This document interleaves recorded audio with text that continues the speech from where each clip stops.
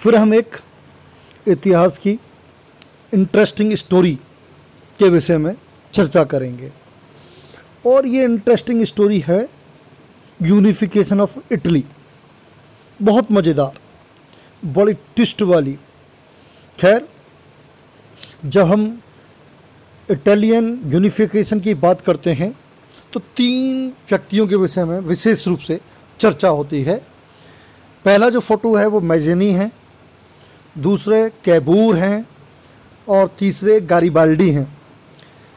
Unification of Italy में इनको एक अलग नाम से पुकारा जाता है। देखिए, कैबूर को बोला जाता है brain of unification of Italy, Garibaldi sword of the unification of Italy, Mazzini heart of the unification of Italy.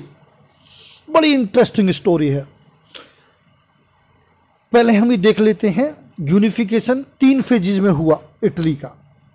First phase है 1858 से 59 का पीरियड, जिसमें वार अगेंस्ट ऑस्ट्रिया है और इंटीग्रेशन ऑफ लोम्बार्डी है। सेकंड फेज आता है 1860 का, integration of Parma, Modena and Tuscany और integration of Naples and Sicily. And the third phase is 1866 to 1870, integration of Venetia and integration of Rome. बहुत interesting है। खैर, अब हम पहले देखते थे कि इटली का मैप क्या है। आप अपनी बुक में पेज नंबर 21 पर जाएंगे, 2 मैप दे रखे हैं, उनको ध्यान से देखिएगा। यहाँ इस मैप से समझिए। देखिएगा, सबसे ऊपर रेड कलर में और नीचे की साइड में दिखाया गया है, क्या है ये? सैर्डिनिया पीडमोंट। ये 2 पार्ट में है, ऊपर भी और नीचे भी है। किंगडम ऑफ सैर्डिनिया लिखा हुआ है। ये क्या है? ये एक स्टेट है इटालियन एरिया का। देखिए, इटली एक ज्योग्राफिकल एरिया था, कोई कंट्री नहीं था।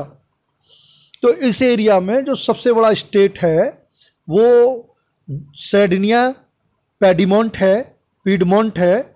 और ये जो है, ये इकलौता ऐसा स्टेट है इस एरिया का जहाँ पर इटली का जो लोकल रॉयल फैमिली है, जिसे सेवॉय फैमिली बोलते हैं, वो शासन कर रहा है। अब इसके बराबर में ऊपर ही देखिए आप लोम्बार्डी, वेनिसिया। उससे नीचे आइए थोड़ा सा, आपको मिलेगा, आप अपनी बुक में देखेंगे तो क्लियर मिलेगा। देखिएगा, पार्मा, मोडेना, उससे नीचे Tuscany, papal state, kingdom of the Sicilies और नेपल्स, ये आपको दिखाई देंगे स्टेट्स। ये इटली है। और जो यूनिफिकेशन नहीं हुआ था जब तक इटली का, तब किस क्षेत्र में कौन शासन कर रहा था ये जान लेना जरूरी है। देखें कि कौन से एरिया पर कौन सा व्यक्ति शासन कर रहा था। देखिए,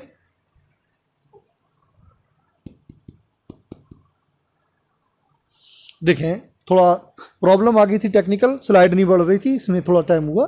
खैर, देखें, Italy before unification, Sardinia piedmont, यहाँ पर इटालियन सेवॉय फैमिली, जो कि इटली की ओरिजिनल रॉयल फैमिली थी, वो शासन कर रही है।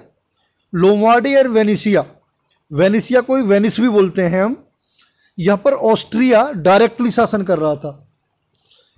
पार्मा, मोडेना और टस्कनी, यहाँ पर ऑस्ट्रिया के प्रिंसेस, जो राजा के वहाँ के चाचा के ताऊ के बेटे बेटी थे, वो शासन कर रहे थे इन तीनों क्षेत्रों पर। पेपल स्टेट्स पर पोप शासन करता था। और किंगडम ऑफ 2 सिसिलीज और नेपल्स, यहाँ पर बार्बन डायनेस्टी शासन कर रही थी। तो इन सारे स्टेट में से केवल सैर्डिनिया पीडमोंट ही ऐसा है जहाँ पर इटली का जो ओरिजिनल रॉयल फैमिली है वो शासन कर रही है, बाकी सब जगह विदेशी शासन कर रहे हैं। अब हुआ क्या, देखें किस तरह से यूनिफिकेशन हुआ। तो फिर से बात नेपोलियन की आएगी। नेपोलियन ने सबसे पहले 1795 और 1796 में इटली वाले एरिया को जीत लिया और जीतने के बाद उसने उस पूरे एरिया को संगठित कर दिया, यूनाइटेड कर दिया। वहाँ पर फ्री ट्रेड को प्रमोशन किया, रेलवे लाइन बिछाई, इंडस्ट्री स्थापित करी। ये फ्रांस के राजा नेपोलियन ने ऐसा कर दिया। अब देखिए, यूनाइटेड हो गया, रेलवे लाइन हो गई है, कनेक्शन स्थापित हो गया, इंडस्ट्री हुई, तो वहाँ पर इकोनॉमिक प्रोग्रेस हुई, फ्री ट्रेड ने भी इकोनॉमिक प्रोग्रेस की, तो यहाँ के लोगों के पास में पैसा इकट्ठा होना शुरू हुआ। लेकिन नेपोलियन के बाद में वियना ऑफ कांग्रेस ने क्या करा, फिर से डिसइंटीग्रेशन कर दिया। जो यूनाइटेड किया था नेपोलियन ने उनको बांट दिया। मैंने अभी बताया, लोम्बार्डी और वेनेसिया, पार्मा, मोडेना, टस्कनी, इस पर ऑस्ट्रिया का कब्जा हो गया। पेपल स्टेट पर पोप, किंगडम ऑफ सिसिलीज और नेपल्स पर बॉर्बन डायनेस्टी हो गई स्थापित, फिर से बढ़ गया। अब वहां का एक व्यक्ति मेजिनी, जिसके विषय में मैं पहले बता चुका हूं, जिसे बोला गया है heart of unification of Italy, उसने अपनी एक संस्था यंग इटली के थ्रू, जिसके लगभग 60,000 मेंबर्स थे, उनको लेकर 1830 में रिवोल्ट किया लुगारिया में। लेकिन उसके रिवोल्ट को दबा दिया गया। किसके द्वारा दबाया गया? ऑस्ट्रिया के द्वारा। मेटरनिख ने दबा दिया और मेजिनी को देश निकाले की सजा मिल गई। खैर, मेजिनी आराम से बैठने वाला नहीं था, वह अपने मिशन पर लगा रहा। हालांकि उसे इटली छोड़कर जाना पड़ा, वो फ्रांस में रह रहा था, लेकिन फ्रांस से भी वो लगा रहा।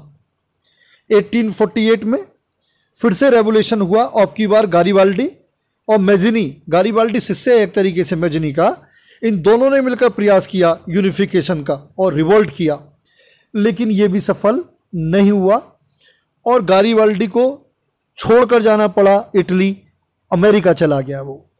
और ऐसा लगने लगा अब गारिबाल्डी ख़त्म हो गया, लेकिन नहीं, ये गारिबाल्डी लौटेगा। बिल्कुल उसी तरीके से हमारी फिल्मों में होता है ना कि एक जना पहाड़ से गिर गया और गायब, और उसके बाद में दिखाई देता है। ऐसे ही यहाँ से गायब तो हो गया है ये, लेकिन बाद में आपको दिखाई देगा। अब देखते हैं कि किस प्रकार से आगे यूनिफिकेशन का प्रोसेस चला। Cavour became the prime minister of Sardinia Piedmont in 1852। Cavour को पीएम बनाया 1852 में सार्डिनिया पिडमोंट के किंग ने। तो कौन था? एमुअल विक्टर सेकंड। अब कैबूर बहुत दिमाग वाला व्यक्ति था। उसने सबसे पहले काम क्या किया, जब 1848 का रेवोल्यूशन फेल हो गया तो जिम्मेदारी की अब यूनिफिकेशन सार्डिनिया पिडमोंट करेगा, ये कैबूर ने ली जिम्मेदारी। और उसने क्या किया, सबसे पहले प्रोग्रेस करी सार्डिनिया पिडमोंट की, मॉडल स्टेट बना दिया उसको, जिससे कि बाकी आसपास के जो इटली के स्टेट्स हैं उनकी जनता भी सोचे कि हम क्या कहते हैं कैबूर के साथ मिल जाएं, सार्डिनिया के साथ मिल जाएं। उसने क्या करा, वहाँ पर liberty of press, civil rights दे दिए, बैंक स्थापित किए, कोऑपरेटिव सोसाइटी स्थापित करी और चर्च के अधिकारों को कम कर दिया। स्ट्रॉन्ग आर्मी बनाई, 90,000 के करीब सोल्जर्स उसने भर लिए। ऐसा कर दिया, इतना डेवलप कर दिया सार्डिनिया को कि आसपास के सभी लोग, जो देशों में जनता रहती थी, वो भी ये सोचने लगे कि ऐसे चेंज हमारे यहाँ पर आए। और उसने एक ऑफर और दिया आसपास के स्टेट को, वहाँ के लोगों को आए और देखें यहाँ का डेवलपमेंट कैसा है, जिससे कि यूनिफिकेशन की फीलिंग आए। साथ ही साथ यहाँ पर भी कुछ वर्कर्स चल रहे हैं, जैसे मेजिनी के, यंग इटली के लोग घर घर जाके लोगों को इटली के विषय में बता रहे हैं कि यूनाइटेड इटली बनना है, और बहुत सारे राइटर्स लिख रहे हैं, तो लोगों में मन में आ रहा है। और एक मॉडल स्टेट दे दिया बनाकर सार्डिनिया को, बहुत ज़्यादा डेवलप। तो लोगों की इच्छा होने लगी जैसा सार्डिनिया में हुआ हमारे यहाँ पर भी हो। धीरे धीरे करके लोगों के मन में एक बौद्धिक स्तर पर ये सोच आ गई कि हमें सार्डिनिया पिडमोंट के साथ मिलकर इटली का गठन करना है। लेकिन अभी बहुत रुकावट हैं यूनिफिकेशन में। देखिएगा कितनी बड़ी बड़ी रुकावटें हैं, उन रुकावटों को कैबूर कैसे दूर करता है उसको देखते हैं। अब देखिएगा 1854 में क्रीमिया वार हो गया। ये एक युद्ध हुआ जिसमें एक तरफ ब्रिटेन था और फ्रांस था और दूसरी तरफ रूस था, इनके बीच युद्ध हुआ। अब युद्ध में बिना मतलब के तो पार्टिसिपेट करना नहीं चाहिए, लेकिन लोगों को ऐसे लगा कि कैबूर खामा इस युद्ध में शामिल हो गया और कैबूर ने अपने 18,000 सैनिक भेज दिए ब्रिटेन के सपोर्ट में। और हुआ क्या, कैबूर के 18,000 सैनिकों की मदद से ब्रिटेन और फ्रांस ने वो युद्ध जीत लिया और रूस युद्ध हार गया। यहाँ पर कैबूर ने मूर्खता नहीं की थी, कैबूर की ये एक बहुत बड़ी सोची समझी राजनीति थी। वो ब्रिटेन को और फ्रांस को अपनी तरफ मिलाना चाहता था, क्योंकि दोनों शक्तियां थीं। क्योंकि अभी मैंने बताया लोम्बार्डी पर शासन, वेनेशिया पर शासन, टस्कनी पर शासन, मॉडर्न पर शासन और पार्मा पर शासन कौन कर रहा है? ऑस्ट्रिया। अब ऑस्ट्रिया से बिना युद्ध के तो खाली होगा नहीं, और अकेले युद्ध सर्डिनिया पेडीमोंट तो लड़ नहीं सकता था, तो इसलिए उसे अपने सपोर्टर्स चाहिए थे। तो उसने ब्रिटेन और फ्रांस को खुश करने के लिए काम किया और इसका उसे फ़ायदा भी हुआ, हम देखेंगे। इसके बाद में उसने एक काम और किया। जो फ्रांस का उस समय का राजा था नेपोलियन III, उससे एक संधि की, एक समझौता किया। पहली बात तो ये, सबसे पहला काम तो मैट्रिमोनियल अलायंस, जो वो सर्डिनिया पेडीमोंट की राजकुमारी थी उसकी शादी नेपोलियन III के भतीजे से तय कर दी, शादी कर दी। और एक समझौता और किया कि यदि भविष्य में हमारा विवाद हो ऑस्ट्रिया से, युद्ध हो, तो फ्रांस या तो साथ दे हमारा, क्योंकि भाई अब तो हम संधि हो गए, या वो किसी का साथ ना दे, ऑस्ट्रिया की तरफ से ना बोले। फ्रांस भी पूरा था, फ्रांस ने क्या, मुझे क्या मिलेगा, तो उसने क्या करा, सेवोय और नाइस 2 एरिया थे वो फ्रांस को दे दिए कि ये आप रखिए। फ्रांस खुश हो गया। अब इससे उसने क्या कर लिया कि ब्रिटेन मदद कर सकता था ऑस्ट्रिया की, ब्रिटेन को क्रीमिया वार में मदद करके अपनी तरफ मिला लिया।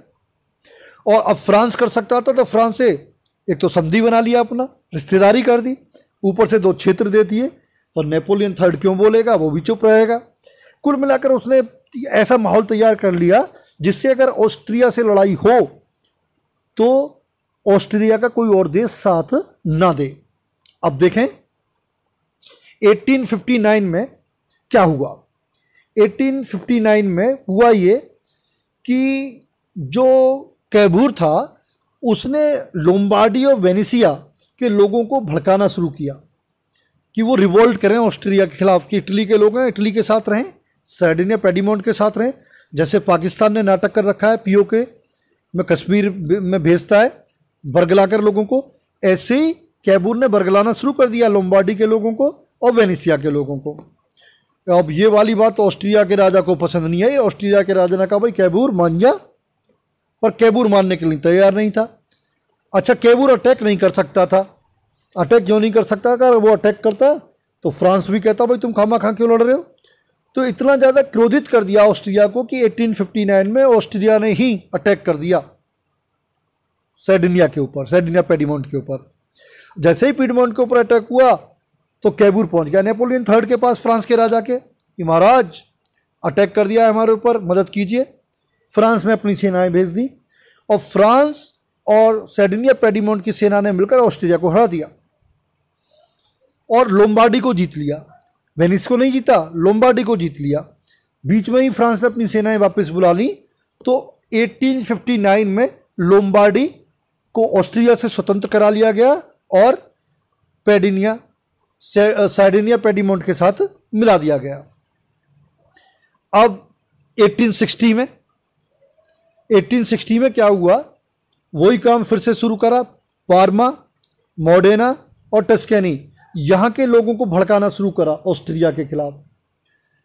और जब भड़काना शुरू करा तो ऑस्ट्रिया ने अपनी सेना भेज दी और वहाँ के लोगों की बहुत मार पिटाई हुई, बहुत बुरी तरह से वहाँ के लोगों को पीटा गया।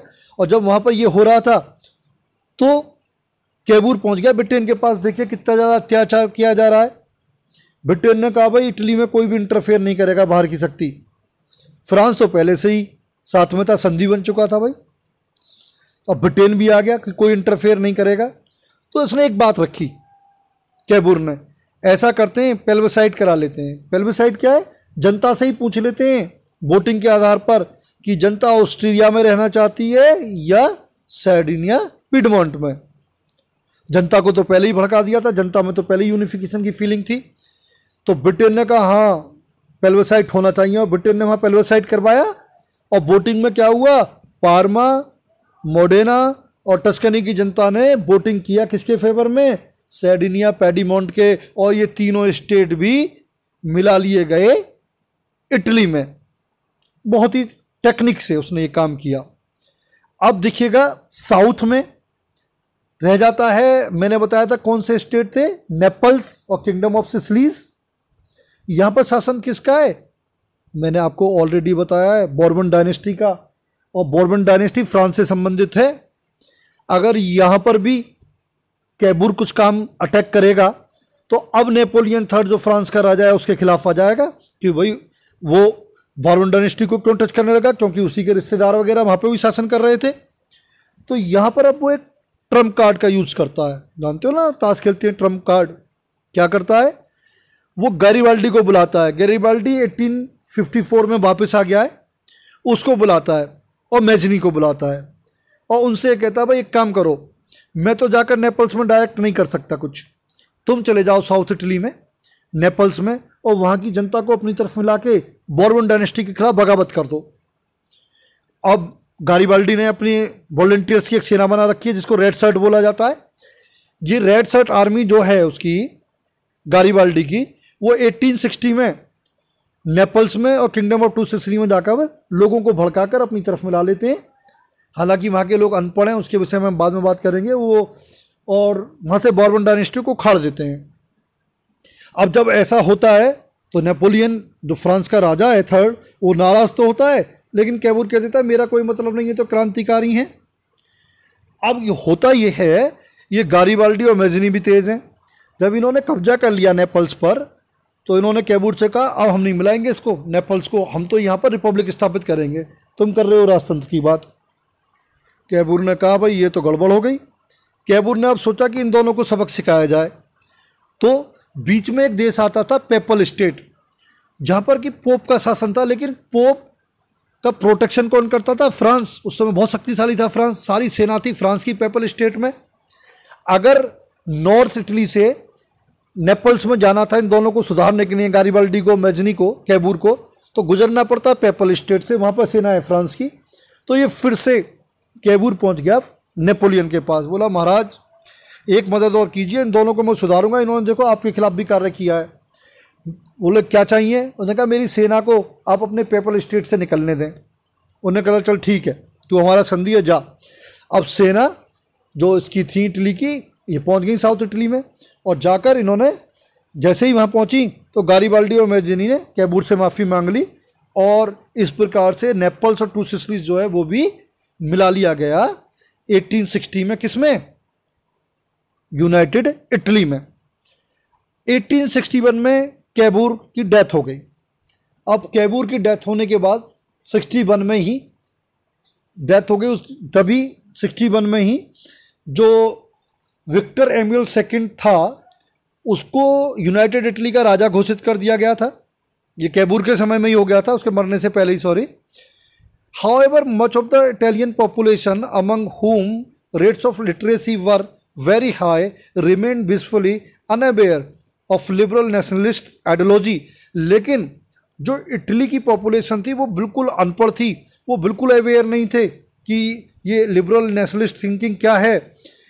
दे the peasant masses who had supported Garibaldi in southern Italy had never heard of Italia and believed that Italia was Victor Emmanuel's wife. और जो साउथ में जो पीजेंट्स हैं जिन्होंने रेड शर्ट का साथ दिया था गैरिबाल्डी का, वो जो किसान थे, उन्होंने टेलिया वर्ड सुना ही नहीं था उनका। वो तो ये सोचते थे कि ला टेलिया है कोई जो कि विक्टर एमुअल की पत्नी है, तो उन्हें बिल्कुल जानकारी उनको नहीं थी। खैर यहाँ पर अब ये पूरा यूनिफिकेशन हो चुका है, लेकिन अभी भी बाकी है क्या, पेपल स्टेट और वेनेशिया। अब कैसे लिया जाएगा इसको वो भी देखते हैं। देखिएगा 1866 में हुआ क्या, जब वो तो मर गया है कैबूर, तो अब विक्टर एमुअल सेकंड ने ऑस्ट्रिया से युद्ध करना पड़ेगा, तो वो पहुंच गया पर्सिया के पास।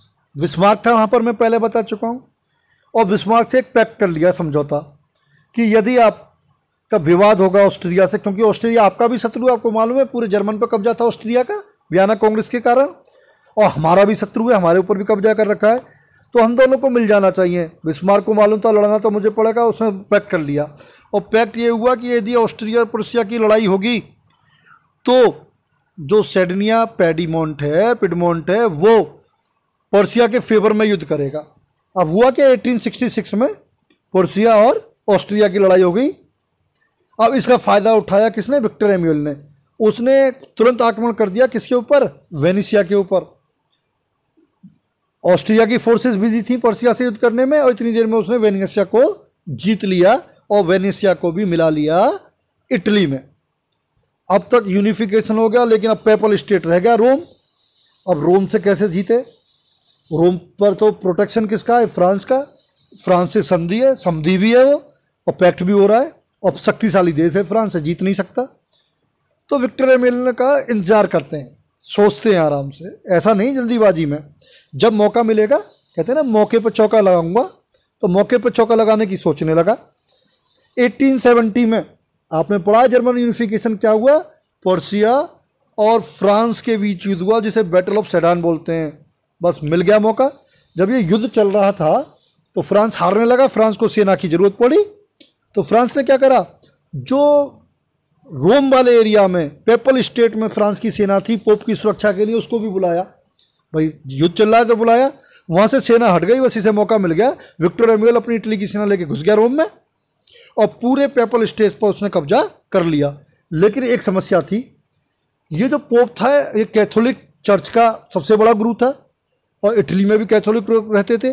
तो पोप अगर नाराज होता तो पूरे के पूरे इसकी जो जनता थी कैथोलिक वो भी नाराज होती। तो इसने क्या करा, वेटिकन सिटी वाला जो एरिया है, ये 10 किलोमीटर का एरिया है, वो पोप के लिए छोड़ दिया। बोला तुम यहाँ के राजा, और वेटिकन सिटी को एक अलग देश बना दिया, रोम को बना लिया अपना कैपिटल। इस प्रकार से पूरा